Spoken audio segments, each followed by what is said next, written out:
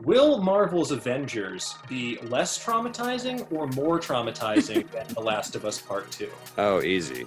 Way more Far traumatizing. more traumatizing. Absolutely. Are you kidding me? Expect That to game be was a a puddle on the cakewalk, ground. right? Yeah. Look, at the end of the day, The Last of Us Part 2 is just a musical. There's just no music.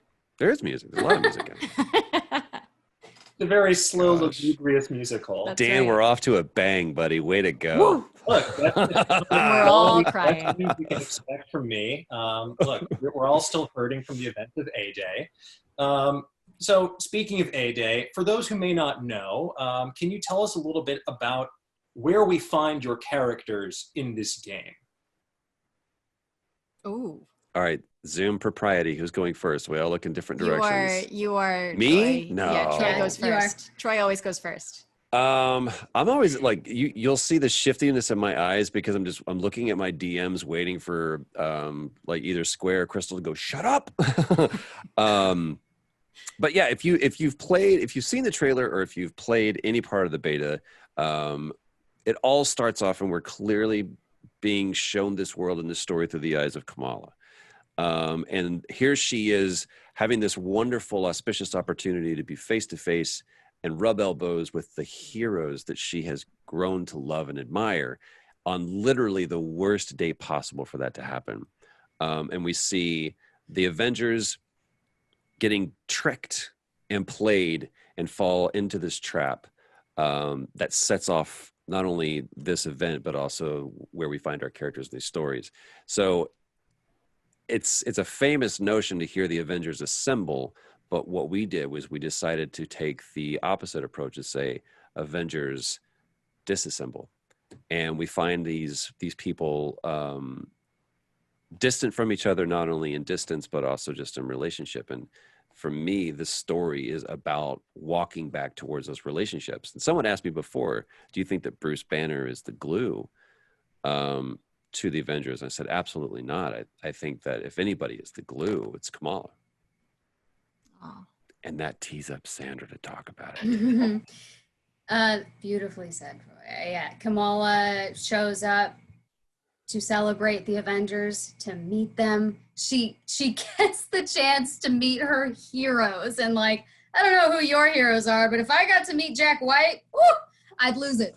Jack White. Yeah, he's my Great guy. pull. Thank you. I'm going to talk about him in every single interview. But she's there. She's 11. She's 11 years old. She's a fragile, preteen. And we, like, I don't know how you were when you were a preteen, but, Very fragile. Very fragile. Very and fragile.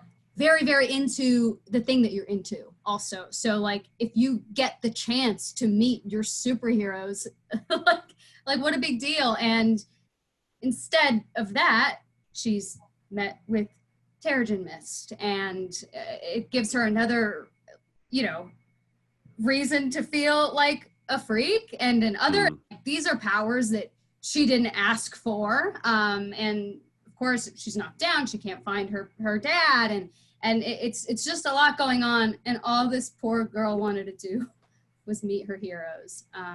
So that's where Kamala stands. So would you recommend meeting your heroes, or would you advise against it because of the risk of disaster and Terrigen Mist?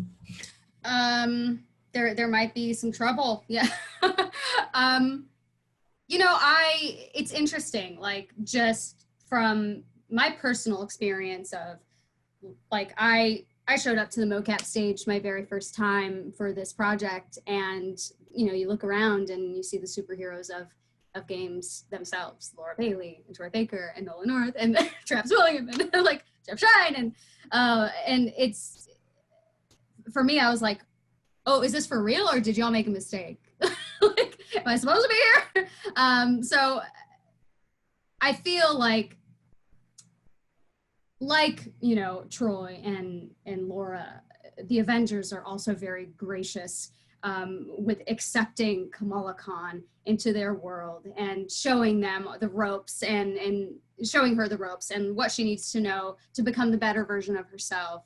Hopefully that's exactly what it's going to be like to meet Jack White and hopefully marry him. Anyway. So that's in the, I think that's in the new Game Plus DLC. Yeah. Yeah, man. There you That's go. one of those expansions. Yeah. But that's awesome. I love hearing those behind the scenes stories as well. Like, I have to imagine, like, if I were to walk onto a mocap stage, I would just be incredibly out of my elements. But that's very cool to hear that. But Laura, you've played Black Widow previously, so I I'm have, curious for yeah. you, how did this version of Natasha differ? How did you approach her? What resonated about this iteration? Well, I think the thing that sets her apart in this game, and how we approached it, was just where they are at the beginning of the game, and how much she blames herself. So she feels very responsible for the events of A-Day, and because of that, she kind of falls back to the things she knew in her past. So she retreats from everybody else, and she goes, I'm a spy. That's where I come from. I'm going to do what I know best, and I'm going to try to make this right. And in doing so, she ends up alienating herself from the whole team, and nobody knows whether, she's working for them or if she's really working for the other side at this point. She's very good at her job. Yeah, it's something that I can definitely identify with, not the so much doing espionage work, but feeling like you have to fix a problem all by yourself and that you can't rely on other people just for fear of not wanting to inconvenience them. So I think, Definitely. despite the scope, it's going to be a very resonant story arc. Now, Troy, you've also played other Marvel characters previously, Loki, Hawkeye, but did playing playing Bruce Banner feel like a bit of an upgrade in that regard? Upgrade. It was a shift for sure. Talking about, Sandra saying is like, I think are you sure this isn't a joke? When Sean called me, he was like, hey man, just on the down low, I'm doing an Avengers game. I'm like, cool. He's like, I want you to be a part of it. I'm like, awesome. I can't wait to be Hawkeye. He goes, oh, no.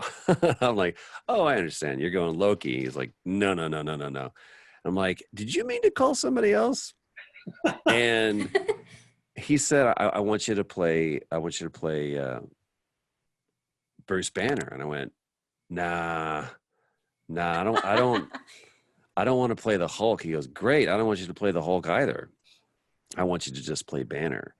And that's kind of when I realized that what the story that at least they were trying to tell was something that was unique. Because look, we don't have an Avengers game without the success of these movies, right? So we're not naive or foolish enough to discount the success that they have had, but we're also not going to be naive enough to stay in their shadow. We have to be agile enough to move outside of that and craft something more unique. And so the beauty of what Sean did, as well as everybody at Crystal, is count on the fact that these are characters that have been established for decades, almost 100 years, some of them. And so all that we can do, whether it be Laura or Sandra or Travis or Nolan or Jeff or me, is go, we're here to move the needle and we're here to show you a different side. So the second that I said, I'm not worried about what has happened before, what I am focused on is where this story is going. It doesn't feel like an upgrade or even a lateral move. It just feels like we're playing in a different arena. I've done the voice. I've been able to do this in an animation standpoint. But anytime anybody gives me the opportunity to suit up, man, it's just that feels like an upgrade. That feels like more tools are at our disposal to be able to really bring these characters to life. Yeah, I mean, I've voiced Widow for almost a decade now, Troy? Yeah. And this is the first time I've gotten to suit up as her. And it was a completely How different was thing it? to be able to embody. It felt so special, Troy. It felt I did good. this a lot. I just wanted to do this. I have the haircut and everything. No, man, I'm happy to see what Hawkeye looks like in this game. Yeah. So what was your reaction like? I mean, after getting to voice characters like this previously, what was your reaction like when you're on the stage versus when you see that kind of finished product like in the trailer or in motion? Like, what's that experience like for you as performers? Oh my God. It's kind of like Christmas. We worked our asses off on this game for 2 years. And the movie that plays in my head, first of all, you have to get over the fact that, you're looking at nobody looks good except for Laura. Nobody looks good in a mocap suit. He lies. And do you have this layer of obstacle that's in your way, and you have to get past that. But there's, all of us are kids that are like, this is our backyard, and we're used to playing with our imagination, and it's like, yeah, that's, of course, that's Thor, and that's Iron Man, and that's Widow. But it's always variably better because we're limited in our resources, and we're playing with people that this is what they professionally do. They move ones and zeros around in Magic and create a game. So the second that we actually were near, or I guess it was San Diego Comic-Con, the first time we saw the trailer, and we're like, guys, did you see what you did? It's always like, it's confirmation and affirmation that what we've been working our asses off for is actually going to pay off. Because you just never know until that point, right? Right. Yeah. I remember my first time seeing it all come together, because like I have no idea, right? Like what it's gonna be like when I walk across the mocap stage, and I don't know what that's gonna look like later, right? So I remember my first time seeing a scene put together. It was the first scene that I did with you, Troy, which you see in the in the trailers now. I cried like immediately. I was like, whoa, look at Kamala's bracelets, hear them jingle, da, da, da, da, da. Like Crystal did so much, like added so much to these scenes that like I never thought about. Seeing it all come together is truly like magic. And honestly, there's nothing like you were talking about suiting up compared to just being in the booth. There's nothing like acting in front of another actor and like getting to look in their eyes. It just changes the performance completely for me. I think that's like that sensation of suiting up, I think, is what a lot of people are looking for from a game like this. Because speaking for myself, like I grew up reading these comics. My dad collected since he was a child. So our basement was like this library of Alexandria full of like all these old comics dating back to the 1950s. So, you know, you have these really strong connections with these characters, and getting to play them is a unique honor and privilege, but also getting to play as them in a video game like this is also a great way to kind of project yourself into these people that you've held up. I'm curious, what was your earliest memory of each of your respective characters? If that's something that was a part of your life previously, or what's the first time that you kind of like, or a Marvel character, the first time you remember one resonating with you in a particular way? Oh man, my first comic book that I ever picked up was Silver Sable. What? Yeah, featuring the Amazing Spider-Man. And I just thought she was amazing, and it just made me want to keep going from there. She was just like beautiful and sexy and powerful, and to be able to play a character that kind of emanates those same qualities is kind of cool, now that I think about it. I don't know where this was. I was at some store and I saw it was like Forever 21 or Macy's. I don't know where it was, but there's this shirt that had comic panels on it that it was the Amazing Spider-Man. And I bought that shirt and I read every single panel. And you know, like the Spider-Man ones, like some are upside down, some are right side up, and you like. So I remember sitting in school and just like trying to read myself. I'm reading. Leave me alone. Yeah, it's reading time. So that's my first experience, and I still have that shirt, and I wear it and I read it, and it's got Green Goblin in it. Yeah. My experience is very similar.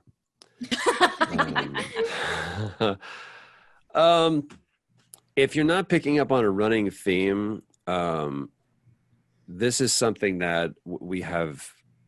Nobody was thrust into this. Like we had an understanding of this world and these characters, and it's impossible, with the exception of like someone like Nolan, who just kind of like goes in and out of a coma and wakes up and goes to set, comes back, to understand. It's such a chore working with him, you know. He just very humorless man. For me, like this was what I did. Like my parents were always trying to get me to go outside, and I was just like, no, because sometimes the world represented a little bit too much adversity for me. I was a skinny kid. I got picked on, and I could go out there and face real supervillains, or I could open up the pages of this book and find out how other people were dealing with the supervillains that they were faced with. And for me, that's a lot of how I learned how to puzzle solve adversity was understanding that there was innately something about me that was unique to me, that I had an innate ability that I could, if I could tap into that and learn how to use it, I could overcome any obstacle. And that, as a child, helped inform the human and the person that I am now. And I still think about those ways of overcoming obstacles. It's like, there's nothing that we can't do. We just need to figure out how to do it together. And I remember the first time that I had seen all of these different characters operating autonomously. And it was like Captain America. And then you had Incredible Hulk. You had Thor, which is a weird god or whatever. He had wings sometimes. It was strange. And then Iron Man was like this B-list celebrity that no one even cared about. Bruce Banner was always just kind of like the plus one. He was like, he's going to get mad. He's going to wreck the party, but we got to invite him. But then all of a sudden someone said, you know, there's like a comic where they fight together. And I went, what? And the thing to me that was so compelling about it was not about, it's not like Voltron where they came together perfectly. It's that they just sometimes awkwardly fit together. And it's when those edges come together, not perfectly. And it was the dynamic and the struggle between the group that was almost matched with whatever external conflict they had. And for me, I love contention. I believe that's iron sharpens iron. Let's get into it. Let's discuss this. But for me as a nerd, it was cartoons, comic books, and video games. Like those were my three go-tos because I couldn't play any sports. I like that in particular, that like kind of iron sharpening iron mentality, because like, yeah, I think that's why Marvel Comics have resonated with so many people, is because unlike DC, which can feel more archetypal in certain facets, like, Sure. you know, Marvel characters have real problems. Like Spider-Man has to take photos of himself to pay rent, or else he's going to get evicted despite his fabulous powers. Like in the very first issue of the Avengers, Hulk is the villain because they got tricked by Loki. So it's nice to see this evolution over time.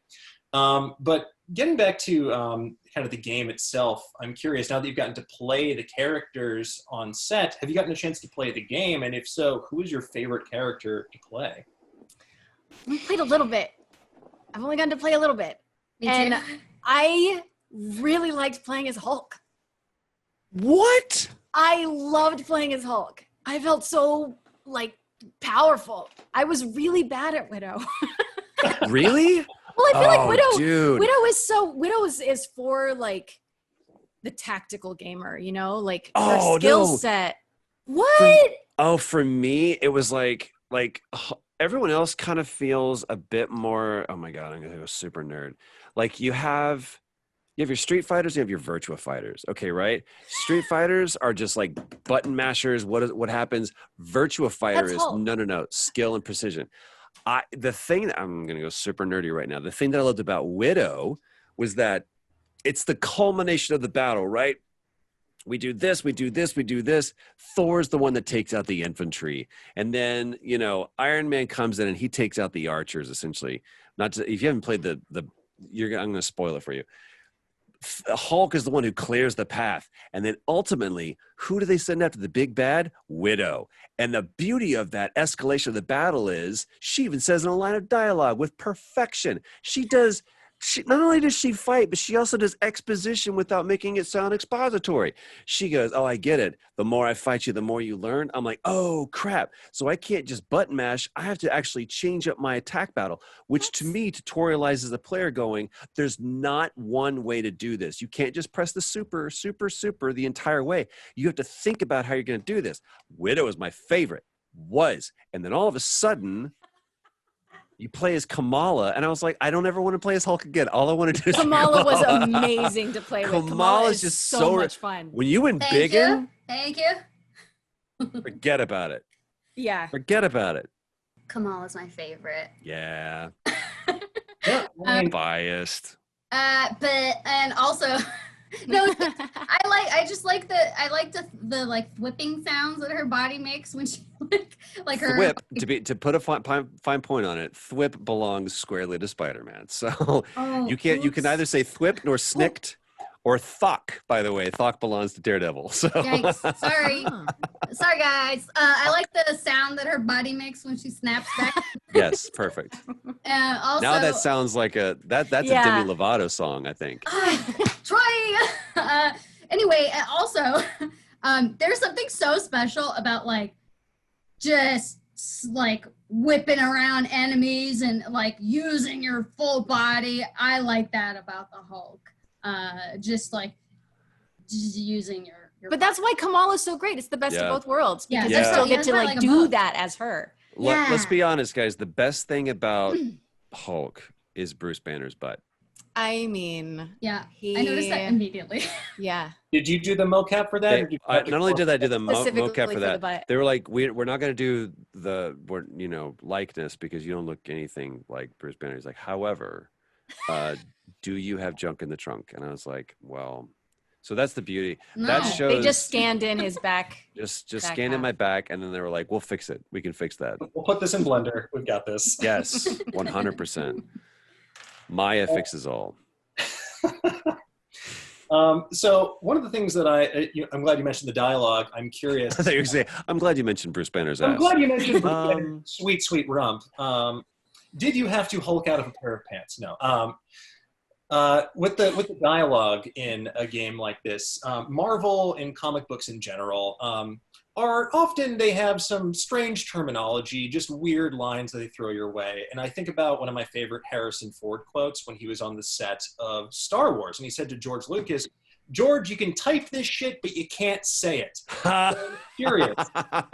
Is there a particular line of dialogue from this or another project you've worked on that maybe made you feel the same way? Oh man, I bet Banner had way more of that kind of Don't dialogue. throw me huh? under the bus. I'm just Oh, saying. You guys are. I am not sucking up to Sean. I can't think of a single line. Like Banner's not quippy, right? So I don't have to do that. Honestly, all of that heavy lifting, those kind of like David Caruso moments typically land on someone like Iron Man, right? So that's just Tony Stark, but it's said with such a level of insincerity that that's just what Nolan does. Like he can take those quips and own the fact that it's cheesy, but I can't think of a single line where I was like, yo, I can't say this. Like this is, or I feel like that. I had a couple that were like, oh no, this one's bad. But like the great thing about is, we would always try it and then everybody would laugh at how terrible it was. And that was terrible, right? That was, okay. Everybody agrees that was equally awkward. Okay, cool. We'll try something different. Yeah, I feel like, sorry, I had some that were like, oh, this just like feels funny to say. Like it's not coming out right. I feel like the cool thing about working like with Sean and everyone's like, okay, well then just say what sounds right. But he doesn't care. It's all about the moment, right? The dialogue is the surface. Like if what we're talking about is what we're talking about, we're not saying anything. And Sean understands it. Not enough credit can be given, I don't think, to Sean. The guy's a wicked filmmaker, and he's applied the tenements and the principles of that as much as you can into this medium. But like this ain't his first go around. The guy, we worked together on The Last of Us. We worked together on Lost Legacy. Like Sean knows what he's doing. And he's so confident in his abilities as a storyteller to be able to go, I don't care about the dialogue. Whatever comes out of your mouth best, as long as it doesn't lose the intention is what I'm going after. So this was really collaborative. And it wasn't like we were writing the script on the stage. Trust me. You serve many masters. You've got Marvel, Disney, fanboys. You've got a lot of masters to serve. But Sean is always focused on what's stake of the scene, and he always has an answer in his back pocket. But he's also interested to see what answers you come up with. Yeah. I'm glad you I like hearing that because sometimes trying to make sure that you find stay true to the letter of the script, it just sounds disingenuous or it can feel formal. Yeah, it sounds awkward, like you are being held hostage almost. But I'm curious, along with I'm glad that ad lib where appropriate to like maintain the sort of core of the scene is in there. But I'm curious as well, you know, Marvel, all their projects are jam-packed with Easter eggs. I'm curious if you folks as performers ever insert a vocal Easter egg for yourself to find later, maybe a silly line read or something like that, that you're like, I hope this makes it into the final cut because it's going to make me laugh if I hear it in someone else's playthrough. Oh man. There was definitely some A-Day stuff for me. Really? Like yeah, like some like me just like geeking out off the cuff, like remember like stuff that I thought was hilarious. Oh, Sandra, you're living the dream, and that's cut. Okay, good. You got nobody hear the sounds going. We heard this weird thing at the end. Yeah, let's go again. Stick to script. Oh man, I feel like I always try to throw in a "How do you want to do this?" into like a natural. Do you really? Thing, yeah. I don't know. How do you want to do this? How do you want to do Thursday this? nights on. I never know if they'll make it. Though. Laura, can you please not? Stop throwing You're in a very catchphrase. successful. You don't need people watch your show. Okay. This is for me. This is for me. Thank you again. I really appreciate you taking the time, and I can't wait for gamers out there to get their hands on Marvel's Avengers. It's going to be a blast. Thank you again. Thanks, Thank you, Dan. Dan. Thanks, Dan. For more unique insights into the world of pop culture, make sure that you stay tuned to Nerdist Now.